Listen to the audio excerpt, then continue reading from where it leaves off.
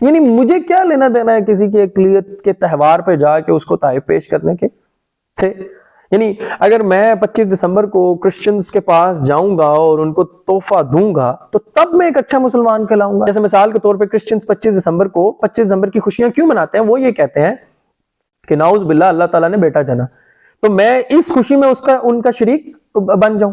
Just accept اس. بس ہم بہت ماتڑ ہیں، بہت غریب ہیں، بہت ہی لاچار ہیں، خدا کے لیے ہمیں قابل قبول نیشن سمجھے. تم یہود و نصارہ کی اس طرح پیروی کرو گے کہ اگر وہ چھپکلی کے بل میں بھی گھسیں گے نا تم اس کے پیچھے گھسو گے. سرکٹ بریکر لگا ہونا چاہیے کہ نہیں، یہاں پہ میں نے الارم بیل بجانی ہے کہ نہیں یہ چیز ٹھیک نہیں ہے. اعوذ باللہ من الشیطان الرجیم، بسم اللہ الرحمن الرحیم. رب اشرح لی صدری ویسر لی امری واحلل عقدۃ من لسانی یفقہوا قولی. میرا نام سید سعد علی شاہ ہے. اچھا، میں جب پچھلی 2 ویڈیو سے میں اپنی ایک بات کو بڑی ذمہ داری سے آپ تک پہنچانے کی کوشش کر رہا ہوں کہ ہمیں بکس کے ذریعے جو ہمارا کریکلم ہے اس کے ذریعے معمولی اور غیر معمولی انداز میں دین سے دور کیا جاتا ہے، اور ہمیں سمجھ نہیں آ رہی ہوتی کیونکہ اس کے اوپر لیبل بہت اچھا ہے نا. اس کے اوپر لیبل کتاب کا ہے. اب کتاب تو انسان دوست سمجھی جاتی ہے، کوئی بھی کتاب سے نفرت کرنے کا سوچ نہیں سکتا. لیکن میں آپ سے جو میں آپ کی عدالت میں جو مقدمہ رکھنا چاہ رہا ہوں وہ یہ ہے کہ کیا صرف اور صرف اس چیز کے اوپر فوکس ہونا چاہیے کہ محمد صلی اللہ علیہ وسلم کا نام جہاں پہ آئے گا وہاں پہ خاتم النبیین لکھنا چاہیے. اس کے اوپر تو کسی کو کوئی شک نہیں ہونا چاہیے. لیکن میں یہ کہہ رہا ہوں کہ کیا اس لیبل کے نیچے کچھ بھی جائز ہے؟ اگر نہیں تو مجھے اور آپ کو ایک دفعہ اس کے اوپر سوچنا چاہیے، اور کیسے ہم اپنے کریکلم کو اسلام کے ساتھ جوڑ سکتے ہیں اس کے بارے میں سوچنا چاہیے. میرے پاس نا 2 ایگزامپلس ہیں. بیک ان ڈیز جب میں ابھی بھی میں طالب علم ہی ہوں کچھ سبجیکٹس کا، اور ہم ساری زندگی سیکھتے رہتے ہیں. تو جب میں تھا تو اس وقت ہمیں اساتذہ اکرام جب آخری جو فائنل پیپر سے کچھ عرصہ پہلے کا تو وقت تھا، اس میں نا کچھ گائیڈ بکس یا جن کو آئینہ کہتے ہیں اس کو ریکمینڈ کیا کرتے تھے کہ آپ پیپر پیٹرن کے بارے میں آپ جان لیں گے، اور اگر آپ کے کوئی سوالات جوابات رہ گئے ہیں تو اس گائیڈ بک کے اندر جو ہے وہ لکھے ہوتے ہیں. تو ہم بھی پائلٹ سپر 1 جس کو ہنستے کھیلتے کچھ لوگ کہتے تھے کہ اس کو پڑھ کے دکھائیں، تو وہ کچھ لوگ اس کو غلطی سے پائلٹ سپرون پڑھ دیتے تھے. تو آج بھی پائلٹ سپر 1 کے آئینہ یا جو گائیڈ بک ہے وہ مارکیٹ میں اویلیبل ہے. تو میں آپ کو ایک انسٹنس دوں گا جو کہ میں اپنی ویڈیو میں لگاؤں گا بھی، وہ آپ خود غور سے دیکھیے گا. ایک انسٹنس بہت ہی غیر معمولی، انتہائی غیر معمولی اور بڑی عجیب. وہ کیا ہے؟ وہ یہ ہے کہ پائلٹ سپر 1 کا یہ ایک آئینہ ہے عمرانیات کا، جس کو سوشیالوجی کہتے ہیں. انٹرمیڈیٹ حصہ اول، اور یہ خالد بک ڈیپو 40 اردو بازار لاہور، یہ ادھر سے شائع ہوا ہے. اور اس کا نام ہے جامعہ کتاب سوالن جوابن. ٹھیک ہے کہ 11ویں جماعت کے جو طالب علم ہیں وہ سوشیالوجی کے جو جامع کتاب پڑھیں گے، جو آئینے کے طور پہ پڑھیں گے، وہ یہ عمرانیات پائلٹ سپر 1 یہ میرے سامنے ہے، میں ویڈیو میں بھی لگاؤں گا. اچھا، اب اس کے اندر ایک سوال ہے کہ معاشرتی تبدیلی میں رکاوٹ بننے والے عناصر کی وضاحت کریں یا نوٹ لکھیں. ٹھیک ہے، اب آپ اپنی اسکرین پہ دیکھیں، معاشرتی تبدیلی میں رکاوٹ بننے والے عناصر، جواب لکھا ہوا ہے پائلٹ سپر 1 خالد بک ڈیپو، جو کہ میں نے اور آپ میں سے بہت سارے لوگوں نے یہ گائیڈ بک لازمی پڑھی ہوگی. ہمارے اساتذہ، میں کیوں کہتا ہوں کہ میرے اساتذہ جو ہیں وہ معذور ہیں انٹلیکچولی، ان کو کچھ سمجھ نہیں آتی. انہوں نے صرف اور صرف ایک خاص ٹائم پیریڈ کے لیے اپنے طالب علموں کو اپنے ساتھ رکھنا ہوتا ہے، اور اگر وہ طالب علم بعد میں چل کے کسی بینک میں یا کسی ایسی جگہ نوکری کر رہا ہو تو ان کو بڑی خوشی ہوتی ہے، وہ میرا طالب علم ہے. جی، وہ آپ کا طالب علم نہیں ہے، وہ بھی آپ کے ساتھ فیک ہی محبت کرتا ہے، اور آپ بھی اس کے ساتھ فیک ہی محبت کرتے ہیں. سارے ایک دوسرے سے کام نکلوانے کے لیے یہاں پہ آئے ہوئے ہیں، ہم سب کو پتہ ہے. خیر، پیچھے آتے ہیں. جواب لکھا ہوا ہے معاشرتی تبدیلی میں رکاوٹ بننے والے عناصر. سب سے پہلا مذہب. سب سے پہلا مذہب. اب آپ یہ سوچ رہے ہوں گے کہ اس کو کوئی چیک کرنے والا نہیں ہے، تو سر نہیں ہے. بالکل بھی نہیں ہے. اگر چیک کرنے والا ہو تو اس کے اوپر تو فوراً ایکشن لینا چاہیے. جو میں جواب پڑھنے والا ہوں، پہلا معاشرتی تبدیلی میں رکاوٹ بننے والے عناصر میں پہلی چیز لکھی ہوئی ہے مذہب. اسلام ایک ترقی پذیر مذہب ہے. اس نے ہمیں ایسا واحد حل دیا ہے جس کو ہم اب بھی استعمال کرتے ہیں. مثلا ترقی پذیر یعنی یہ پرانا آؤٹ ڈیٹڈ سا مذہب ہے. مثلا آزادی نسواں وغیرہ پر اسلام پابندی لگاتا ہے. یہ تو کسی اسلام دشمن لبرل نے بیٹھ کے نا لکھی ہے یہ پائلٹس آف ون کے اندر یہ. لیکن آج کل یہ کوئی اہمیت نہیں رکھتا. یعنی آزادی نسواں پہ پتہ نہیں کون سا اسلام کا ورژن ان تک پہنچا ہے جو آزادی نسواں پر پابندی لگاتا ہے. میری سمجھ سے باہر ہے. لیکن آج کل یہ کوئی اہمیت نہیں رکھتا. پھر پردہ ہے. اچھا، یہ جو لبرل حضرات ہیں نا، ان کو پردے سے کوئی خاص نفرت ہے.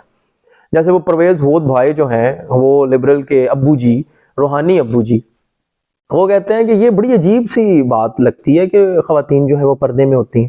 یعنی ان کو خاتون پردے میں قابل قبول نہیں ہے. اور یہی حضرات جو ہیں، جو لبرل حضرات ہیں، یہ کہتے ہیں کہ آزادی اظہار رائے ہونا چاہیے. ہر بندے کو اپنی مرضی سے زندگی گزارنے کی پوری وہ ملنی چاہیے، چوائس ملنی چاہیے، اور اس کو پوری اجازت ملنی چاہیے. لیکن جہاں پہ پردے کی بات آتی ہے تو وہ یہ لکھتے ہیں. مجھے یہ نہیں پتا کہ یہ کس نے لکھا ہے کس نے نہیں لکھا، لیکن یہ میں بتا رہا ہوں کہ اس طرح ہمارے بچوں کو انکلکیٹ کی جائیں گی یہ چیزیں، اس طرح ان کی ذہن سازی کی جائے گی. اور یہ بک ہے اور یہ غیر معمولی چیزیں ہوتی ہیں جو کہ ہماری ذہن کے اوپر اپنی چھاپ چھوڑتی ہیں. بڑی سٹڈیز ہیں اس کے بارے میں کہ کس طرح ایک کتاب، کس طرح ایک مووی، ڈرامہ انسان کی زندگی کے اوپر گہرا اثر چھوڑتا ہے. پھر آگے دیکھیں، اگر ہم یہ جانتے ہیں کہ عورتوں کو بھی مردوں کے ساتھ ساتھ چلنا ہوتا ہے تو پھر معاشی تبدیلی میں رکاوٹ پردہ ہے. یعنی اگر عورتوں کو مردوں کے ساتھ چلنا ہے تو پردہ معاشی تبدیلی میں رکاوٹ ہے. یعنی پردے اتار دو، دوسرے الفاظ میں کم سے کم کپڑے پہنو، وہی ویسٹ کی امپورٹڈ جو ان کے نظریات ہیں اس کے مطابق چلو. حالانکہ کسی فیلڈ میں بھی پردے کا کوئی لینا دینا نہیں ہے کسی کی انٹلیکچوئل ایبلٹی سے. ہاں یہ ہے کہ ویسٹ کو لگتا ہے کہ یہ نہیں ہونا چاہیے. اور سود کو قرآن پاک منع کرتا ہے، لیکن آج کل کوئی بھی معیشت سود کے بغیر نہیں چلتی. چنانچہ یہ بھی رکاوٹ ہے. اب آپ دیکھ رہے ہیں، یعنی اگر یہ اس نے نا تین چیزوں کا ذکر کیا. ایک تو وہ کہتا ہے کہ اسلام ایک ترقی پذیر مذہب ہے، جو کہ آپ کا 11ویں کا طالب علم بائی دا وے پڑھے گا، ٹھیک ہے. اور پھر وہ کہتا ہے آزادی نسواں، پتہ نہیں کون سی آزادی ہے، یہاں پہ نسواں کے اوپر اسلام پابندی لگاتا ہے. یہاں پہ خواتین جاب کرتی ہیں، یہاں پہ خواتین پڑھاتی ہیں. ہاں، اسلام یہ کہتا ہے کہ آپ ڈسپلن میں رہیں، کسی چیز کے اوپر پابندی نہیں لگاتا. اسلام کہتا ہے کہ ڈسپلن میں رہ کے یہ کام کریں آپ، کوئی بس پرابلم نہیں ہے. عورتوں کو مردوں کے ساتھ چلنا ہوتا ہے تو پھر معاشرے میں پردہ ہے. اب پردہ جو ہے نا یہ ان کو بڑا کھٹکتا ہے. پتہ نہیں، مجھے نہیں پتا کہ ان کو کیا لینا دینا ہے اس چیز سے. حالانکہ اس کا کوئی ایسی سٹڈی نہیں ہے کہ انسان اگر پورے کپڑے پہنے گا یا کم کپڑے پہنے گا تو اس کی انٹلیکچوئل ایبلٹی بڑھے گی یا کم ہوگی. آپ سب لوگ جانتے ہیں. پھر اس نے سود کو بھی کہا کہ یہ قرآن پاک منع کرتا ہے. یہ منع کرتا ہے قرآن پاک، یعنی اللہ اور اس کے رسول کے ساتھ جائیں گے، سورہ بقرہ میں لکھا ہوا ہے، ہم سب کو پتا ہے. اب آپ یہ کہیں کہ کوئی معیشت اگر سود کے بغیر نہیں چلتی، یہ آپ کا پرسپیکٹو ہے. چلتی رہی ہیں کئی معیشتیں سود کے بغیر چلتی رہی ہیں، ایسا مسئلہ نہیں ہے. ہاں یہ ضرور بات ہے کہ ہم نے اس کے اوپر کام نہیں کیا. ہمارے پاس اس کے اوپر پراپر وے آؤٹ نہیں ہے کہ یہ الٹرنیٹو ہے، ہم اس کو اپنا لیں اور اس کو کر لیں. ہاں یہ اس کے اوپر ہم بات کر سکتے ہیں، لیکن ایسا ہو نہیں سکتا کہ ایک مشین کا بنانے والا کہتا ہے کہ سود نہ لو اور ہمیں یہ لگے کہ نہیں جی ہمیں لینا چاہیے کیونکہ کوئی معیشت سود کے بغیر چلتی نہیں ہے. اب آپ یہ سوچیں کہ یہ اس لیول کی ذہن سازی ہوتی ہے. میں مانتا ہوں کہ یہ مین بک میں نہیں ہے. اچھا، مین بکس میں کس طرح معاملات ہوتے ہیں اس کی طرف بھی میں آتا ہوں.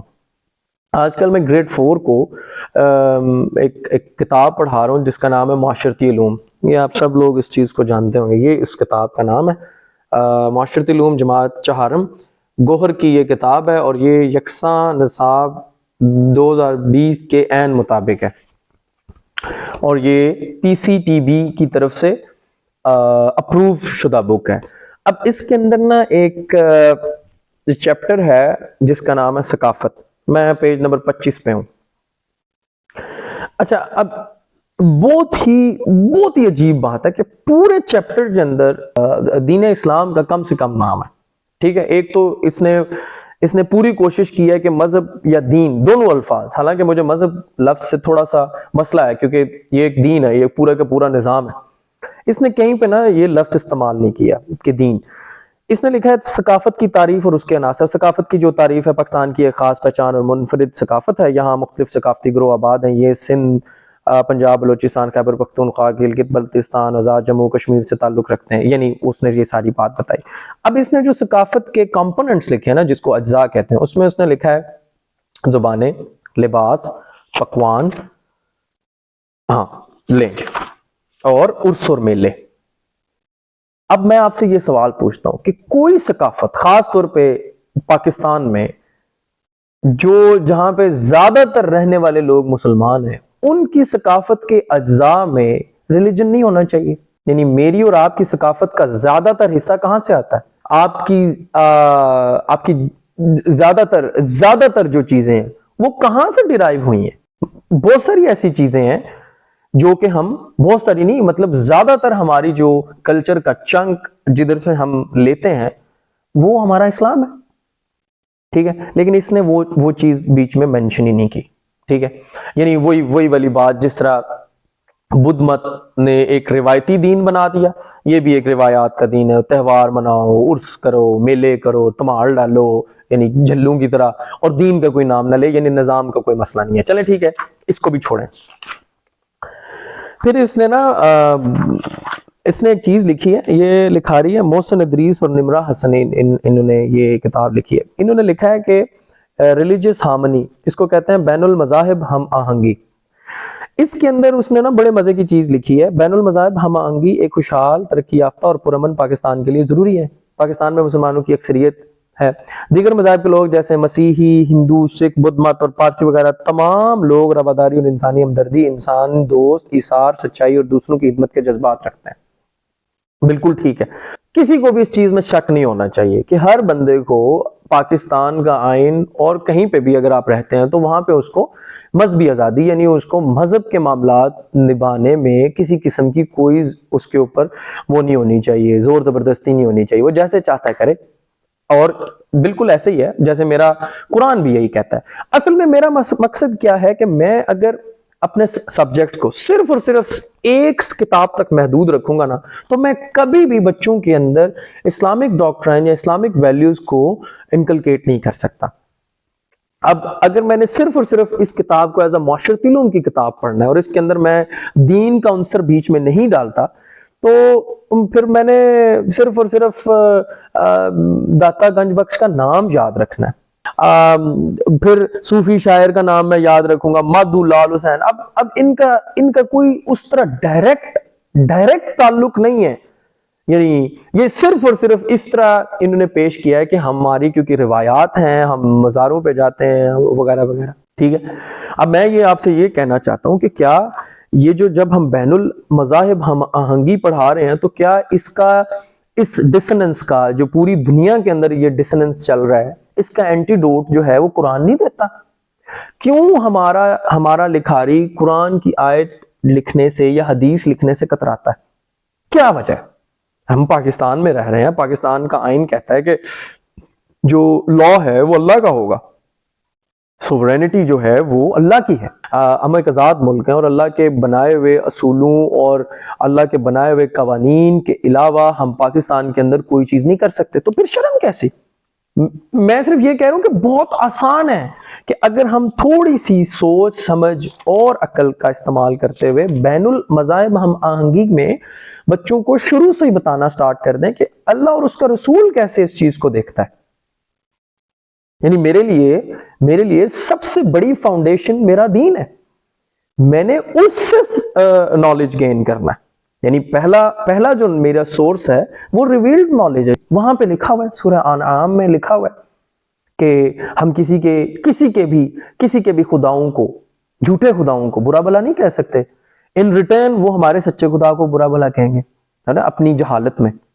یہ اس آیت کا مفہوم ہے. تو کیوں ہم اس کے اندر وہ چیز نہیں ڈال سکتے کہ کس طرح میرا اسلام اس چیز کی, کیوں ہمیں ہیومن رائٹس کا سہارا لینا پڑتا ہے جو کہ کسی انسان کی لکھے ہوئے ہیومن رائٹس ہیں؟ کیوں میرے اللہ کی بات, کیوں میرے محمد صلی اللہ علیہ وسلم کی بات کو مقدم نہیں رکھا جاتا کہ میرا بچہ شروع سے ہی اس کردار کا مالک بنے جس کردار میں ہم اپنے بچوں کو 60 سال یا 70 سال کی عمر میں دیکھنا چاہتے ہیں, ہے نا؟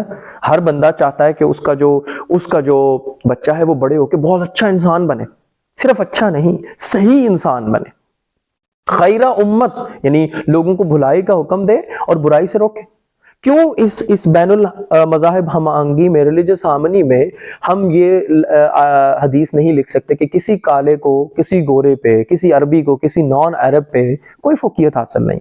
یعنی من کا ہی توڑ دیا نا میرے نبی صلی اللہ علیہ وسلم نے. اس کا مطلب یہ ہے کہ میں نے اپنی فاؤنڈیشنز کو چھوڑے بغیر دوسرے انسان کی ایز اے ہیومن اسپیشی کے ڈگنیٹی میں نے اس کی عزت کرنی ہے, میں نے اس کا احساس کرنا ہے, میں نے اس کا خیال رکھنا ہے. یہ میرا مجھے اللہ بتا رہا ہے. کیوں نہیں میں اس کے اندر قرآن اور حدیث کا حوالہ دے سکتا؟ اللہ تعالیٰ کے نبی نے فرمایا کہ ایک طرف کعبے کی دیوار ڈھہری اور دوسری طرف انسان, تو میں انسان کی جان بچاؤں گا, مسلمان نہیں, انسان کی جان بچاؤں گا. تو انسان کی جان تو کسی بھی مذہب سے رکھنے والے تعلق رکھنے والے انسان کے لیے بہت زیادہ ضروری ہے.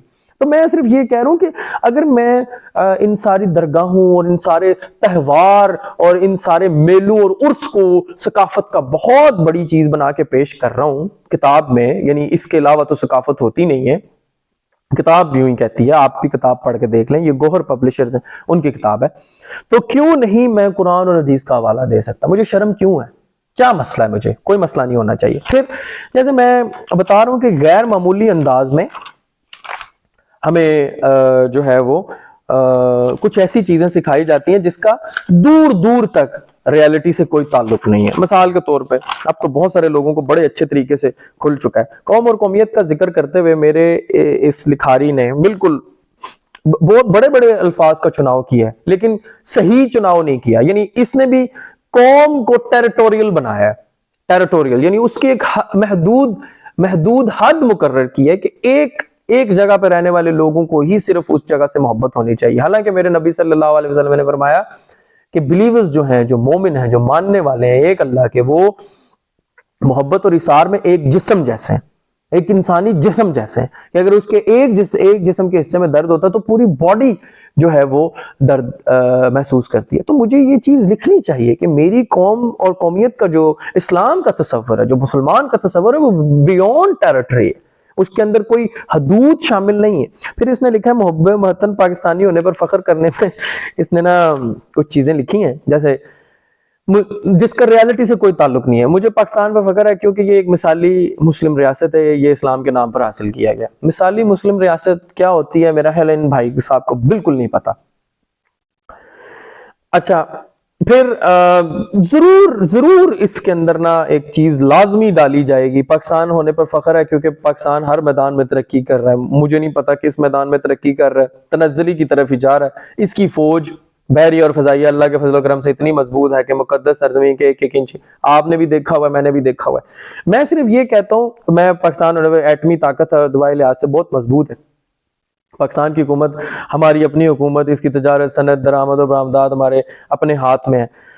یعنی مجھے پاکستان ہونے پہ فخر ان تمام شہداء کی خاطر ہے جو اس کے لیے لڑے, اپنی جانوں کے نذرانے پیش کیے, اور میں پاکستان سے محبت کرتی ہوں کہ یہ امن کی سرزمین ہے اور اس کا مقصد عالمی امن ہے.